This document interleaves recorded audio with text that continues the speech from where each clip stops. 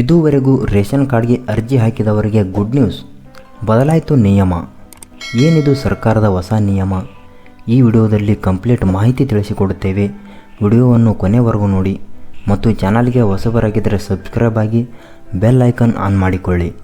ಕಳೆದ 1.5 ವರ್ಷಗಳಿಂದಲೂ ಕೂಡ ರಾಜ್ಯ ಸರ್ಕಾರ ಅಧಿಕಾರಕ್ಕೆ ಬಂದಾಗಿನಿಂದಲೂ ಯಾವುದೇ ರೀತಿಯ ರೇಷನ್ ಕಾರ್ಡ್ಗಳ ವಿಚಾರಣೆ ರಾಜ್ಯದಲ್ಲಿ ನಡೆದಿಲ್ಲ ಅನ್ನೋದು ಸಾಕಷ್ಟು ಜನರಲ್ಲಿ ಅಸಮಾಧಾನವನ್ನು ಹಾಗೂ ಬೇಸರವನ್ನು ಮೂಡಿಸಿದೆ ಎಂದು ಹೇಳಬಹುದಾಗಿದೆ.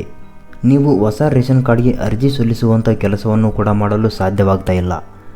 ಆದರೆ ಈ ರೇಷನ್ ಕಾರ್ಡ್ ವಿಚಾರದಲ್ಲಿ ಒಂದು ಹೊಸ ಅಪ್ಡೇಟ್ ಸಿಕ್ಕಿದ್ದು ಪ್ರತಿಯೊಬ್ಬರೂ ಕೂಡ ಖುಷಿ ಪಡುವಂಥ ವಿಚಾರ ಎಂದು ಹೇಳಬಹುದಾಗಿದೆ. ಅದು ಏನಪ್ಪ ಖುಷಿ ವಿಚಾರ ಅಂದರೆ, ಹೌದು, ಮನೆ ಬಾಗಿಲಿಗೆ ಬಂದು ರೇಷನ್ ಕಾರ್ಡನ್ನು ಅಧಿಕಾರಿಗಳು ವಿತರಣೆ ಮಾಡಿ ಹೋಗಲಿದ್ದಾರೆ ಎನ್ನುವಂಥ ಸಂತೋಷದ ಸುದ್ದಿ ಈಗ ಕೇಳಿ ಬರ್ತಾ ಇದೆ.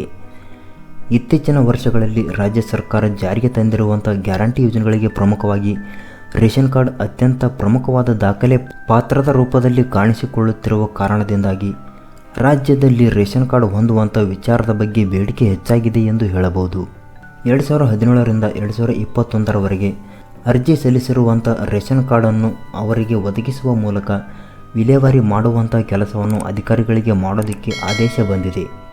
ಇನ್ನು ಇದೇ ಸಂದರ್ಭದಲ್ಲಿ ಯಾರಾದರೂ ನಕಲಿ ದಾಖಲೆ ಪತ್ರಗಳನ್ನು ನೀಡುವ ಮೂಲಕ BPL ರೇಷನ್ ಕಾರ್ಡ್ ಮಾಡಿಕೊಂಡಿದ್ದರೆ ಅವರನ್ನು ಕೂಡ ಈ ಸಂದರ್ಭದಲ್ಲಿ ಕಂಡು ಹಿಡಿಯಲಿದ್ದು ಖುದ್ದಾಗಿ ಅಧಿಕಾರಿಗಳೇ ಅವರ ರೇಷನ್ ಕಾರ್ಡನ್ನು ರದ್ದು ಮಾಡಲಿದ್ದಾರೆ.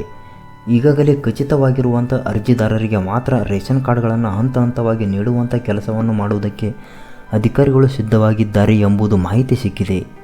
ಕಳೆದ ಬಾರಿ ವಿಧಾನಸಭಾ ಚುನಾವಣೆಯ ಸಂದರ್ಭದಲ್ಲಿ ನೀತಿ ಸಂಹಿತೆಯ ಕಾರಣದಿಂದಾಗಿ ರೇಷನ್ ಕಾರ್ಡನ್ನು ವಿತರಣೆ ಮಾಡಲು ಸಾಧ್ಯವಾಗಿರಲಿಲ್ಲ. ಹೀಗಾಗಿ ಈ ಕೆಲಸವನ್ನು ಈಗ ಖುದ್ದಾಗಿ ಅಧಿಕಾರಿಗಳೇ ಮನೆ ಬಾಗಿಲಿಗೆ ಹೋಗಿ ನೀಡುವುದರ ಮೂಲಕ ಪರಿಪೂರ್ಣಗೊಳಿಸಲಿದ್ದಾರೆ. ಹೀಗಾಗಿ ಅರ್ಜಿ ಸಲ್ಲಿಸಿರುವಂಥ ಅರ್ಜಿದಾರರ ರೇಷನ್ ಕಾರ್ಡನ್ನು ವಿಲೇವಾರಿ ಮಾಡುವ ಕೆಲಸವನ್ನು ಈ ಸಂದರ್ಭದಲ್ಲಿ ಪ್ರಾರಂಭ ಮಾಡಲಿದ್ದು, ಇದೇ ಸಂದರ್ಭದಲ್ಲಿ ಅನರ್ಹರಾಗಿದ್ದರೂ ಕೂಡ BPL ರೇಷನ್ ಕಾರ್ಡ್ ಪಡೆದುಕೊಂಡಿರುವಂಥ ವ್ಯಕ್ತಿಗಳನ್ನು ಕೂಡ ಕಂಡುಹಿಡಿದು ಅವರು ರೇಷನ್ ಕಾರ್ಡನ್ನು ರದ್ದು ಮಾಡುವಂಥ ಪ್ರಕ್ರಿಯೆಯನ್ನು ಕೂಡ ಆರಂಭಿಸಲಾಗಿದೆ. ಈ ಒಂದು ಮಾಹಿತಿಯ ಬಗ್ಗೆ ನಿಮಗೆ ಏನೆನಿಸುತ್ತದೆ ಕಮೆಂಟ್ ಮಾಡಿ ಮತ್ತು ವಿಡಿಯೋ ಇಷ್ಟ ಆದರೆ ಲೈಕ್ ಮಾಡಿ, ಚಾನಲ್ಗೆ ಹೊಸಬರಾಗಿದ್ದರೆ ಸಬ್ಸ್ಕ್ರೈಬ್ ಆಗಿ.